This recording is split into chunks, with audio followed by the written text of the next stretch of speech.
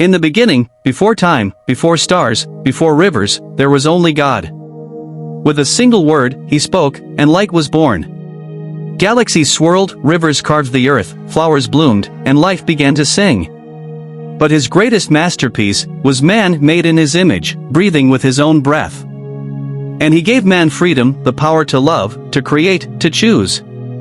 For his omnificence is not only power to create all things, but to weave beauty, freedom, and meaning into them. Every star, every flower, every heartbeat, is the endless song of his omnificence. His creation is infinite.